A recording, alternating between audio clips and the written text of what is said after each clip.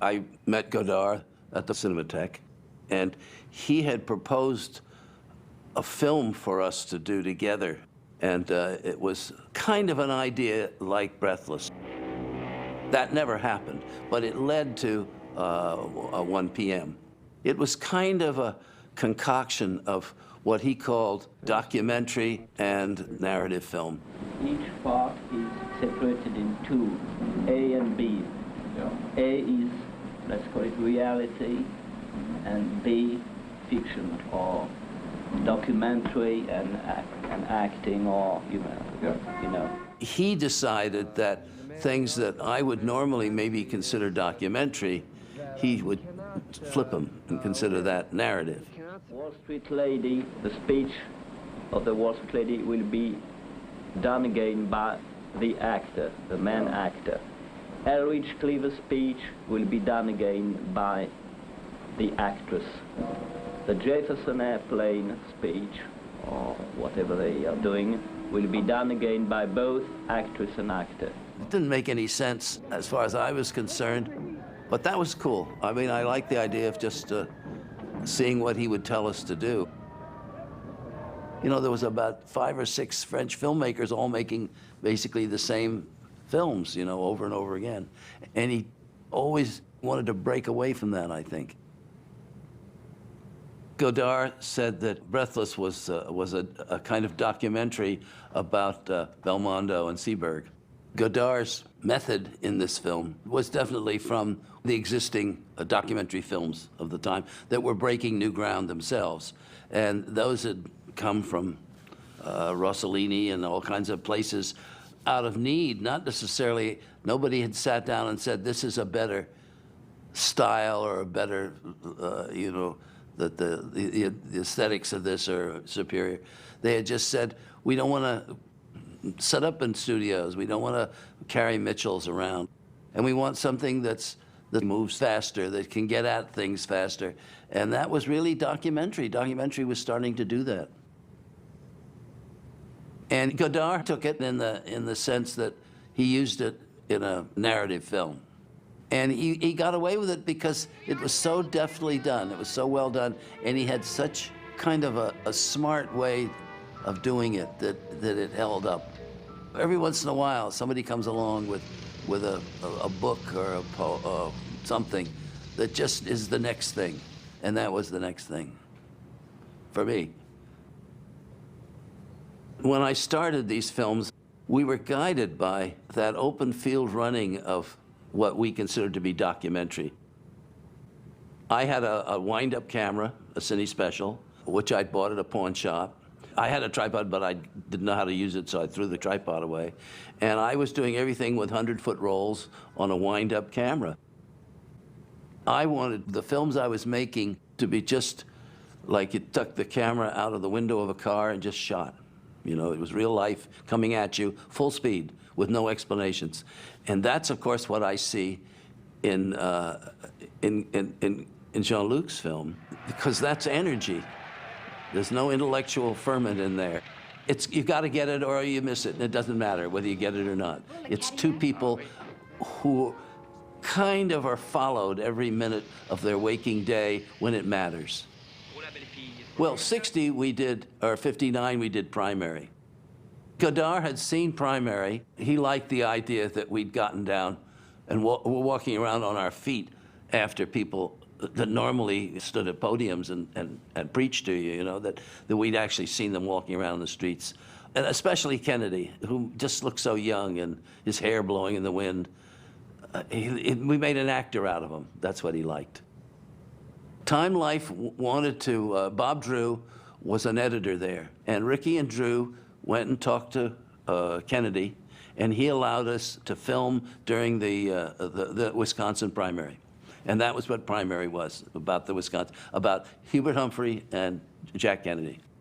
By then, we'd set out to figure out what kind of equipment we'd need to do this program that Life had in mind, which was bringing a kind of candid filmmaking into journalism, the way they had with the still camera. Having that as the guide and making stories about real people. It meant that the filmmaking was present always in real time with the event. And that was the thing that seemed to me most important. We were all adopting anything that seemed to break away from that kind of stilted filmmaking that we've all grown up with. And Godard, he was trying to get away from that. And that moving camera was an obvious way to do it. Moving with people, not making it smooth, making it rough. What Godard really wanted was to never lose them. And the time spent picking up a camera and getting a new location for it is enormous in that kind of situation where you want two people to never lose touch with each other. And handheld means that you never lose anything. You just follow them. You hang out with them. Hey, beautiful. You're hanging out with people, and it's their life that you're watching, and you're not necessarily, that the movie making is only an abstraction, but it's their life you're watching. And you're watching it, and they're watching it too, because they're watching it by way of you. I mean, and that's, I could see happening with Belmondo and Seberg, that they were enacting love affairs that they'd had with other people or with themselves, whatever. Godard was only there to watch it. He wasn't there to command it. And that's hard for him because he is a definite director. He likes to direct things and set them in motion. But he trusted what they were doing to be instinctive, you know, and that's what you want, is that instinctive behavior. Godard just said, you be yourself. Don't be what I want you to be, what I think I need for this. I don't need anything. I just need to watch. I need to get it all onto film. That's all I need. At the time, I didn't see it as documentary. It didn't seem to me at all what we were doing. But the more I thought about it, the more I realized it had come out of that same thing that was driving us. A lot of the thing that we would always come to, and it came to me the most clearly when I did the Monterey film, in which we had these performers on stage, and generally people had one or two cameras far back to get a stage view, and we had no such camera. We decided to everybody go for close-ups. And we had 5 cameramen, and that's basically what they did. Sometimes the close-up was a full body, but basically it was close-ups. It's a little bit like theater. You watch, the whole thing that the actor does is he makes his face express whatever the emotion involved is. When you're filming in this sort of thing and you want to have that emotional contact be completely visible, but not explained, right on the face, just the face fills the frame. And he does that over and over again, and I really like that. That's the thing I think I first liked about the film when I saw it. And I saw it in French. I didn't see it with any subtitles, so I wasn't sure what people were saying most of the time. And it's inevitable. I think anybody shooting this way, you end up with a lot of close-ups. Mexico. In the theater, you know, everybody's on stage and they kind of have a silent agreement that they're never going to say anything to the audience directly. And movies have much the same thing. The people never speak through the movie at you. They talk in the lines. And so you always see it as a kind of an invited guest. You never see it as a participant.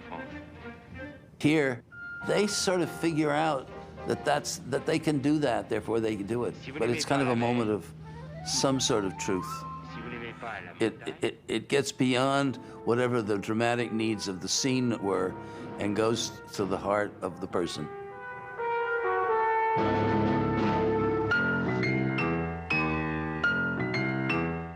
His film was so new that I think it took a long time for people to realize that it was new. It came in and went so fast, and everybody wasn't even sure what they'd seen, but they knew that if you could make films like that, they'd be easier to make. They'd be cheaper and easier to make. He got rid of a lot of the heavy weights that encumbered filmmaking. He became the legend. If you ask anybody that came through that period, or even now, who the filmmaker was, the French filmmaker was, it's going to be Godard, always Godard.